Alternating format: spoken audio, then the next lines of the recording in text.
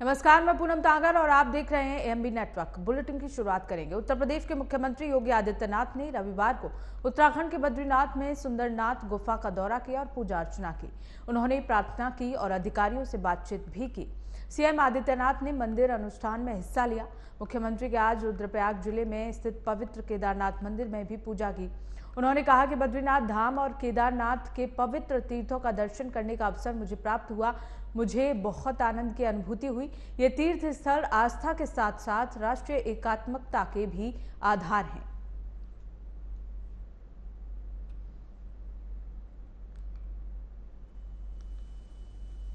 श्री बद्रीनाथ धाम और श्री केदारपुरी के इन पवित्र तीर्थों का दर्शन करने का सौभाग्य मुझे प्राप्त हुआ। बद्रीनाथ धाम अपने नवनिर्माण की प्रक्रिया के साथ तेजी के साथ आगे बढ़ रहा है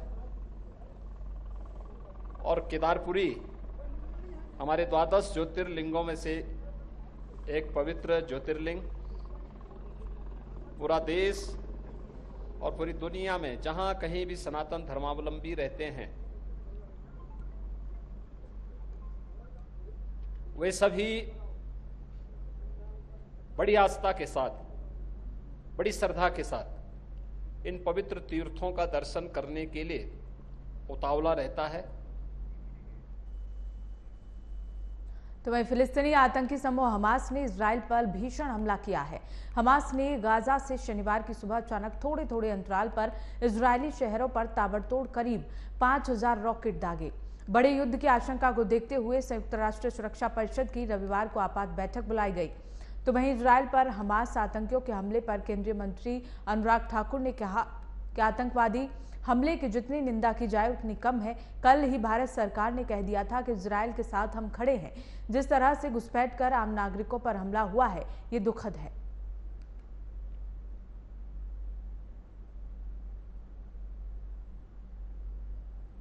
किसी भी आतंकी हमले की जितनी निंदा की जाए उतनी कम है और कल ही भारत सरकार ने कह दिया था कि इजराइल के साथ हम खड़े हैं। ये दुखद है कि किस तरह से घुसपैठ होकर आम नागरिकों के ऊपर हमला होना। तो वहीं देश के गृह मंत्री अमित शाह ने कल देहरादून बीजेपी कार्यालय पहुंचकर कार्यकर्ता और पदाधिकारियों के साथ बैठक की। इस दौरान 2024 में होने वाले लोकसभा चुनाव के मद्देनजर चुनाव में जीत दर्ज करने के लिए गुरु मंत्र दिए गए। चूंकि सोशल मीडिया आगामी लोकसभा चुनाव में एक अहम भूमिका निभा सकती है, इसलिए गृह मंत्री ने बीजेपी के आईटी सेल को सोशल मीडिया पर पूरी तरह से एक्टिव होने के लिए दिशा निर्देश दिए। वहीं इस दौरान प्रदेश मीडिया प्रभारी मनवीर सिंह ने कहा कि अपनी बात को सोशल मीडिया पर रखना काफी अहम साबित होगा, क्योंकि बीजेपी के पास 10 साल में किए गए जन कल्याणकारी नीतियों का ब्यौरा है और जिस तरह से कांग्रेस द्वारा भ्रामक प्रचार किया जा रहा है और षड्यंत्र करके अनर्गल बयानबाजी की जा रही है, इसको लेकर भी गृह मंत्री ने सतर्क रहने के निर्देश दिए।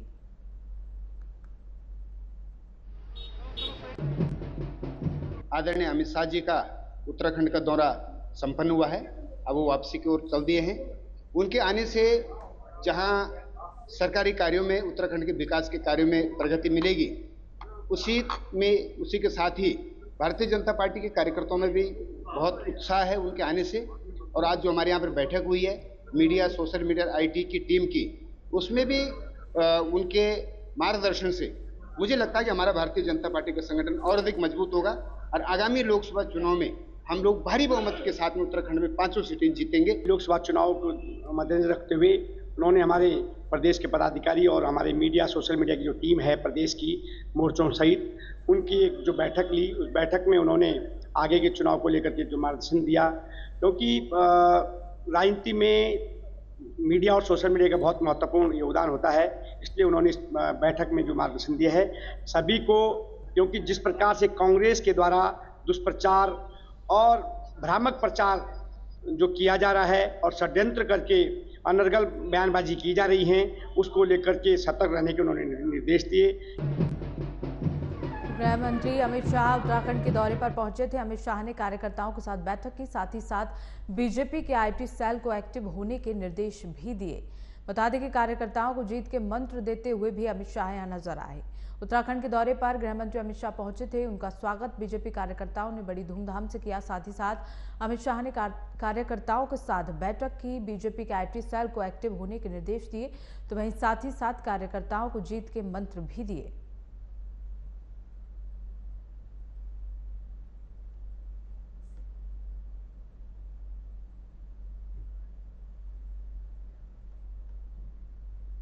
उत्तराखंड में गैस सिलेंडर विस्फोट होने से बड़ा हादसा हो गया। हादसा इतना भयानक था कि लोगों के दिल और दिमाग तक बैठ गया। हादसा किन कारणों से हुआ, हादसे के पीछे किसका हाथ था, ये जानने के लिए इस रिपोर्ट में देखिए।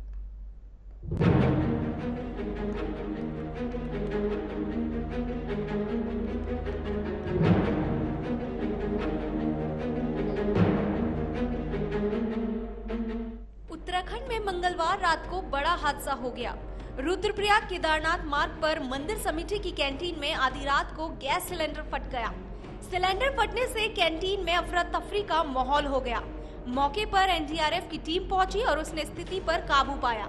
गत रात्रि रुद्रप्रयाग केदारनाथ मार्ग पर मंदिर समिति की कैंटीन में लगभग 11:30 बजे सेक्टर अधिकारी गौरीकुंड द्वारा अवगत कराया गया कि यहाँ कोई बड़ा हादसा हो गया है।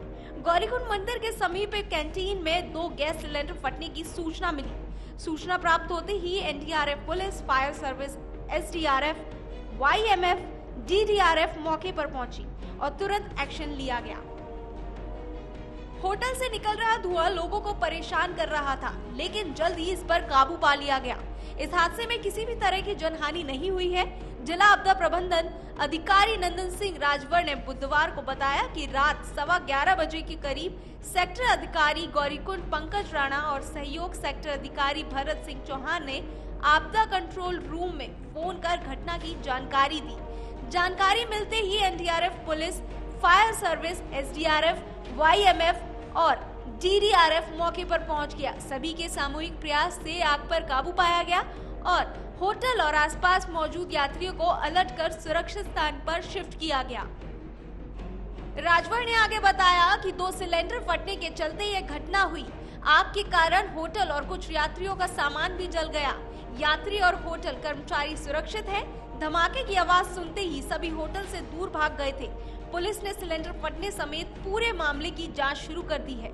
उन्होंने बताया कि खाना बनाते वक्त आशुतोष सेमवाल की दुकान में सबसे पहले आग लगी, जिसके बाद आग अन्य दुकानों से फैलती हुई सिलेंडर तक जा पहुंची, जहां एक के बाद एक 3 सिलेंडर फट गए।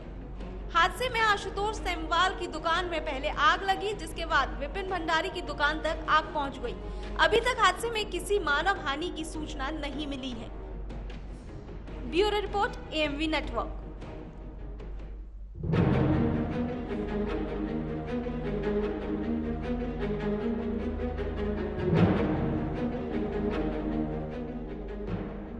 तो वहीं 91वीं वायुसेना दिवस पर आज 8 अक्टूबर को भारतीय वायुसेना ने शौर्य और शक्ति का प्रदर्शन किया। भारतीय वायुसेना के स्थापना दिवस पर आज प्रयागराज में त्रिवेणी संगम पर एयर शो आयोजित हुआ। वायुसेना के 100 से ज्यादा लड़ाकू विमान आसमान में करतब दिखा रहे हैं। बेड़े में विंटेज विमान tiger moth, hover trainer, transport जहाज C-130, IL-78 चेतक हेलीकॉप्टर और रुद्र हेलीकॉप्टर भी शामिल हैं। एयर शो का मकसद भारत की ताकत दिखाने के साथ साथ युवाओं को वायुसेना में शामिल होने के लिए प्रोत्साहित करना भी है। तो वहीं भारतीय वायुसेना प्रमुख air chief marshal VR Chaudhary ने कहा कि हमने अग्निवीरों के पहले बैच और महिला अग्निवीरों सहित उसके बाद के बैचों को सफलतापूर्वक भारतीय वायुसेना में शामिल किया है। इस साल पहली बार हमारे स्वदेश निर्मित हल्के लड़ाकू विमान ने भी एक विदेशी अभ्यास में भाग लिया। इस वर्ष के वायुसेना दिवस की theme IAF air power beyond boundaries है। थीम वायु शक्ति के अनिहित वैश्विक पहुंच को उपयुक्त रूप से दर्शाती है।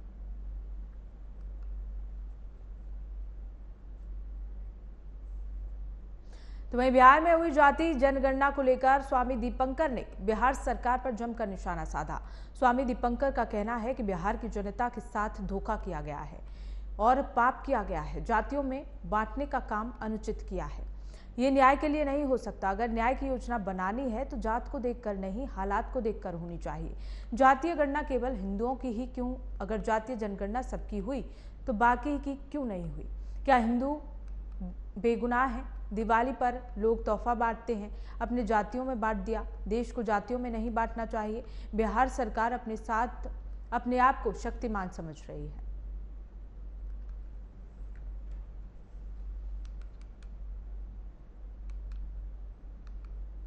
समझता हूं कि ये पाप जैसा है, अनुचित है, और ये वो जातीय गणना है जिसमें बहुत सारे लोगों की शिकायतें हैं कि उनसे कुछ पूछा ही नहीं गया।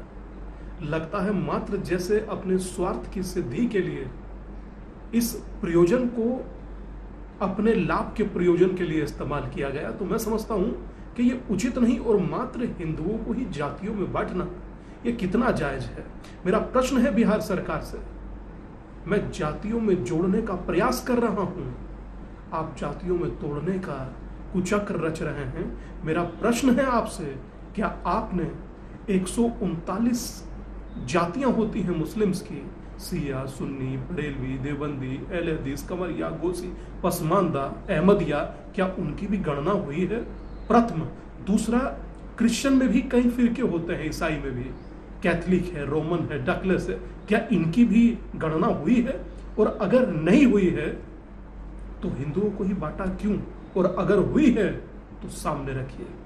इस प्रकार बांटना मैं समझता हूं अनुचित है, और बांटा उस समय जब महात्मा गांधी का पूरा देश जयंती मना रहा था। महात्मा गांधी वो जिन्होंने जाति में बांटने का, जातिवाद का विरोध किया, उधर जातिवाद का विरोध किया था 1932 में महात्मा गांधी ने, और कथित उसके अधिकारी बिहार की जनता को जातियों में बांट। इसी खबर को लेकर हमारे सहयोगी अजीत रावत हमारे साथ जुड़ गए हैं। अजीत, बिहार में जातीय जनगणना हो गई है, लेकिन बयानबाजी भी इसके साथ शुरू हो गई है। अजीत, निशाना साधा है। आपको बता दूं कि दीपाकर जी का कहना है कि बिहार की जनता के साथ धोखा किया जा रहा है और पाप किया जा रहा है। जातियों में बांटने का काम किया जा रहा है, अनुचित किया जा रहा है कि यह न्याय के लिए हो सकता है। अगर न्याय की योजना बनानी है तो जात पात को देखकर नहीं, हालात को देखकर होनी चाहिए जाति गणना। केवल हिंदुओं को क्यों, अगर जाति गणना अगर करनी है तो बाकी धर्मों को भी इसमें बांटा जा रहा है। इसी के साथ साथ बिहार की जो जनता है उनको धोखे में रखा जा रहा है। बाकी क्यों नहीं, अगर हिंदू होना गुनाह है तो ये जनगणना किस तरीके से, कैसे संभव की जा सकती है? दीपावली पर लोग तोहफा बांटते हैं, अपनी जातियों में बांटते हैं। देश को जातियों में नहीं बांटना चाहिए। बिहार सरकार में अपने और शक्ति सम्मान समझ रही है, यह कहना है स्वामी दीपाकर जो हैं, उनका ये बयान सामने आया है, जिसके बाद से विपक्षियों में भी काफी जो है वो खलबली मच गई है। जी बिल्कुल अजीत, लगातार ये कहा जा रहा था, चाहे केंद्र सरकार हो, राज्य सरकार हो, कि जातीय जनगणना बिहार में कराई जाए, लेकिन उसके बाद जब बिहार में जातीय जनगणना कराई गई है तो तरह तरह के सवाल भी उठने लगे हैं। जी बिल्कुल, देखिए जिस तरीके से जनगणना को लेकर के जब से ये जनगणना की बात चल रही है, तभी से लेकर विपक्षी पार्टियां जो है, बीजेपी के तमाम जो कद्दावर नेता है, उन्होंने ये साफ किया है कि ये सरासर बिहार की जनता के साथ धोखा किया जा रहा है, और इसी को लेकर के एक बड़ा आंदोलन भी देखने को मिल सकता है। जिस तरीके से बीजेपी ने वहां दावा किया है, वहां पर बिहार के जो जनता है, अब उनको बरगलाया नहीं जा सकता है। तो उसी के साथ साथ यहाँ पर लोगों को जागरूक करेंगे और जातीय जनगणना के विरोध में सड़कों पर भी उतर सकते हैं। जी बिल्कुल अजीत, जिस तरह से आपने कहा कि आंदोलन शुरू हो सकता है, कब से आंदोलन शुरू हो रहा है, इस बारे में कोई जानकारी? देखिए, अभी ये साफ नहीं हो पाया है। उन्होंने ये बताया है कि शासन प्रशासन स्तर पर अगर ज्ञापन सौंपा जाएगा, जिसके बाद आगे का निर्णय जो है वो लिया जाएगा। अभी दीपाकर जी का कहना है कि जनता के साथ गलत हो रहा है। जनता को अगर गलत लगता है तो जनता समय अनुसार जागरूक होती है तो आगे की लड़ाई जो है वो लड़ी जा सकती है। जी बहुत बहुत शुक्रिया अजीत हमारे साथ जुड़ने के लिए।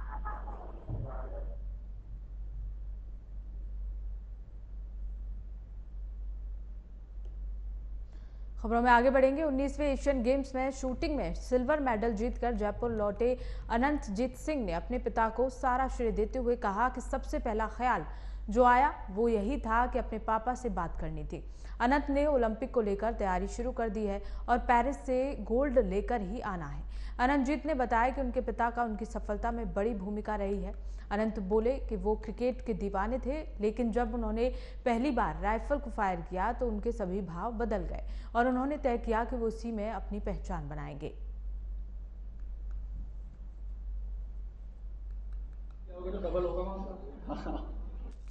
और मेरे पिताजी ने मेरे को ये स्पोर्ट में इंट्रोड्यूस कराया और मेरा प्रदर्शन अच्छा था तो मैं इंडियन टीम में आया और आज एशियन गेम्स का मेडल मिला है मेरे को। आगे की योजना यही है कि अभी प्रैक्टिस मैं करता रहूँगा और मेरा गोल तो यही है कि ओलंपिक्स में मैं इंडिया के लिए मेडल लेके आऊँ, सिल्वर, ब्रॉन्ज नहीं, गोल्ड। बस कि आपका प्यार बना रहना चाहिए और सपोर्ट बना रहना चाहिए सारे स्पोर्ट्स एथलीट्स को, क्योंकि हमें बहुत ज़रूरत है ये और हमारे देश का नाम रोशन होए, इस वजह से सारा सपोर्ट तो वहीं भारत के इतिहास में पहली बार किसी ट्रांसजेंडर को राजस्थान विश्वविद्यालय के महारानी कॉलेज में कोर्ट के आदेश के बाद एडमिशन मिल गया। नूर का कहना है कि आज हम ऐसी जिंदगी जी रहे हैं जिसकी कोई कल्पना भी नहीं कर सकता। नूर ने आगे बताया कि 2013 में 10वीं क्लास पास करने के बाद मुझे कोई परेशानी का सामना नहीं करना पड़ा। उन्होंने कहा कि मैं उदयपुर में किन्नर समाज के साथ लग गई और सेक्सुअल काम करने लग गई, लेकिन आज मुझे खुशी है कि मेरी मन की इच्छा पूरी हुई है। समाज में जो किन्नरों की इमेज है उसको सुधारने का प्रयास करूंगी। नूर ने आगे कहा कि मैं पहले आदित्य शेखावत था और आज नूर शेखावत हूं। मुझे महारानी कॉलेज में सभी छात्रों ने बहुत खुशी से अपने पास बिठाया।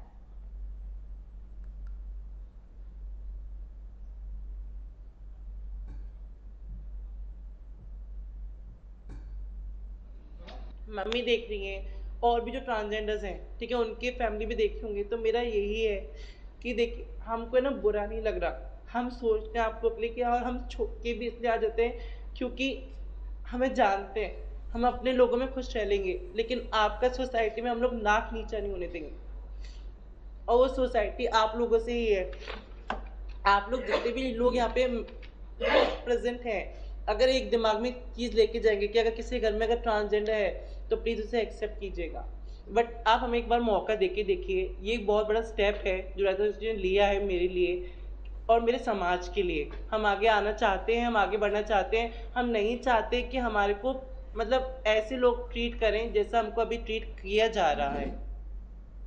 तो वहीं गाजियाबाद में आज़ादी के अमृत महोत्सव के तहत मेरी माटी मेरा देश अभियान भारत की आज़ादी के 75 साल और संस्कृति, साथ ही उपलब्धियों के गौरवशाली इतिहास के लिए एक राष्ट्रव्यापी और लोगों के नेतृत्व आदि के पहल के रूप में मनाया गया।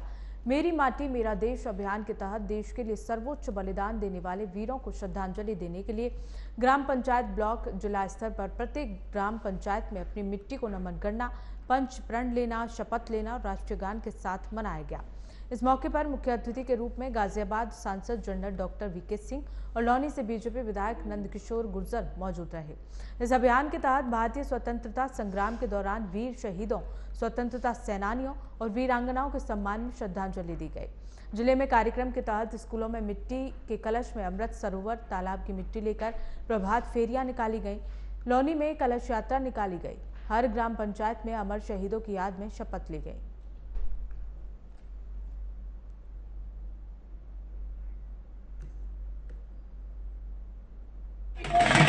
देखिए, मेरा माटी मेरा देश का प्रोग्राम चल रहा है और आज उन सभी कलशों का संकलन था ब्लॉक लेवल पर और यहाँ से एक कलश के अंदर ये सारे संकलित होकर जनपद में जाएंगे। जनपद में इसी तरीके से अलग अलग ब्लॉकों से आकर वो फिर प्रदेश में जाएंगे और फिर दिल्ली जाएंगे, जहाँ पे कर्तव्य पथ पर मोदी जी के साथ इन कलशों की एक यात्रा निकलकर इनको ऐसी जगह पे ले जाया जाएगा जहाँ पे एक वन की तैयारी होगी। तो वहीं फिलिस्तीनी आतंकी समूह हमास ने इजराइल पर भीषण हमला किया है। हमास ने गाजा से शनिवार की सुबह अचानक थोड़े थोड़े अंतराल पर इजरायली शहरों पर ताबड़तोड़ करीब 5000 रॉकेट दागे। बड़े युद्ध की आशंका को देखते हुए संयुक्त राष्ट्र सुरक्षा परिषद की रविवार को आपात बैठक बुलाई गई। संयुक्त राष्ट्र महासचिव ने हमास के हमले की निंदा की है। अमेरिकी राष्ट्रपति जो बाइडेन ने इजरायली पीएम बेंजामिन नेतन्याहू से फोन पर बात की और हर मदद देने का भरोसा दिया। जानकारी के अनुसार हमास के हमले में अब तक 300 से ज्यादा इजरायली नागरिकों की मौत हो गई है। वहीं इजराइल के जवाबी हमले में 200 से ज्यादा फिलिस्तीनी नागरिकों की जान चली गई।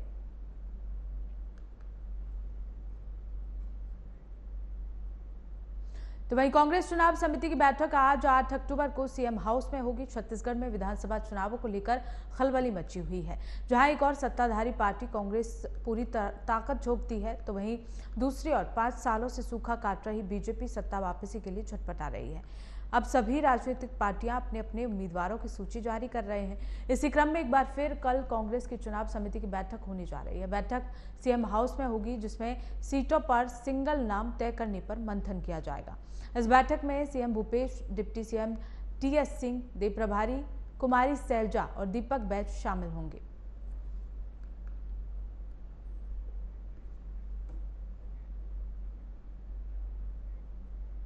मणिपुर के इम्फाल पश्चिम के सिंगजामई में शनिवार देर रात ग्रामीण विकास मंत्री भाई खेमचंद के घर के गेट के पास ग्रेनेड ब्लास्ट हुआ। इस हादसे में सीआरपीएफ का एक जवान घायल हो गया, उन्हें नजदीकी अस्पताल में भर्ती कराया गया। वहीं राज्य के सीएम वीरेंद्र सिंह ने घटनास्थल पर पहुंचकर हालातों का जायजा लिया। इधर मणिपुर में दूसरी बार हिंसा भड़कने के बाद संयुक्त राष्ट्र ने राज्य के हालात पर चिंता जताई है।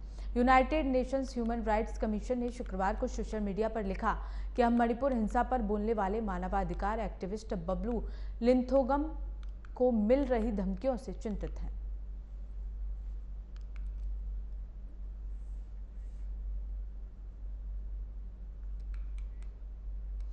भारत चांद पर पहुंच चुका है। ऐसे में अब इसरो मानव यात्री को अंतरिक्ष में भेजने की तैयारी जुटा रहा है। भारत अंतरिक्ष विज्ञान के क्षेत्र में लगातार सफलता की ओर बढ़ रहा है। इसरो अब अंतरिक्ष में यात्रियों को भेजने की तैयारी शुरू हो चुकी है। इसरो ने अपने नए मिशन का नाम गगनयान मिशन रखा है। इससे लेकर क्या कुछ तैयारियां हैं और इस मिशन में क्या होगा, जानने के लिए देखिए हमारी खास रिपोर्ट।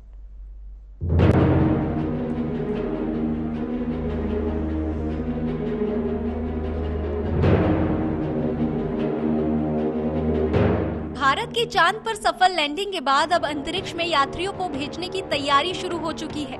इसरो ने बताया कि गगनयान मिशन के लिए मानव रहित उड़ान परीक्षण जल्द शुरू करने वाला है। भारतीय अंतरिक्ष अनुसंधान संगठन आसमान में एक और छलांग लगाने की तैयारी कर रहा है। इस महीने के अंत में परीक्षण के लिए विकसित यान से अंतरिक्ष यात्रियों को निकालने की प्रणाली क्रू एस्केप सिस्टम का परीक्षण करने की योजना बना रहा है। इससे जुड़ी कुछ तस्वीरें इसरो ने एक्स पर शेयर भी की है और इसके साथ ही बताया है कि तैयारियां अंतिम चरण पर पहुंच गई है। बता दें कि करीब 900 करोड़ रुपए की लागत का यह अभियान अगले वर्ष लॉन्च होगा। इससे पहले इसके लिए 3 वाहन परीक्षण किए जाने हैं। इनमें पहला वाहन परीक्षण मिशन TVD-1, दूसरा TVD-2 मिशन और तीसरा परीक्षण LVM-3G1 होगा। यह मानव रहित मिशन होगा। इसरो ने बताया कि जल्द गगनयान के परीक्षण वाहन को लॉन्च किया जाएगा ताकि क्रू एस्केप सिस्टम का परीक्षण किया जा सके। इसके लिए flight test vehicle abort mission 1 की तैयारी चल रही है। गौरतलब है, रोबोट और ह्यूमनॉइड जो कि मानव जैसा रोबोट है, उसको अंतरिक्ष में भेजकर क्रू की सुरक्षा सुनिश्चित की जाएगी।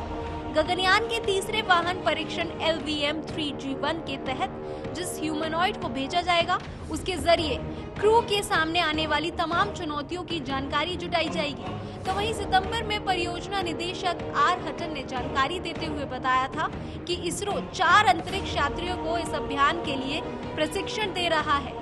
ये भारत का पहला मानव अंतरिक्ष अभियान होगा। इस अभियान के तहत 3 अंतरिक्ष यात्रियों को 400 किमी की कक्षा में पहुंचाकर वापस सुरक्षित धरती पर लाया जाएगा। हटन ने बताया था कि अगले माह गगनयान के परीक्षण वाहन को लॉन्च किया जाएगा ताकि क्रू एस्केप सिस्टम का परीक्षण किया जा सके। इस प्रणाली का उपयोग आपात स्थिति में अंतरिक्ष यात्रियों को बाहर निकालने के लिए किया जा सकता है। गगनयान फिलहाल अंतिम चरण के परीक्षण से गुजर रहा है। अंतरिक्ष यात्रियों की सुरक्षा सर्वोपरि है, लिहाजा परीक्षणों के जरिए यह सुनिश्चित कर रहे हैं कि क्रू को कोई नुकसान न हो। Bureau report, AMV network.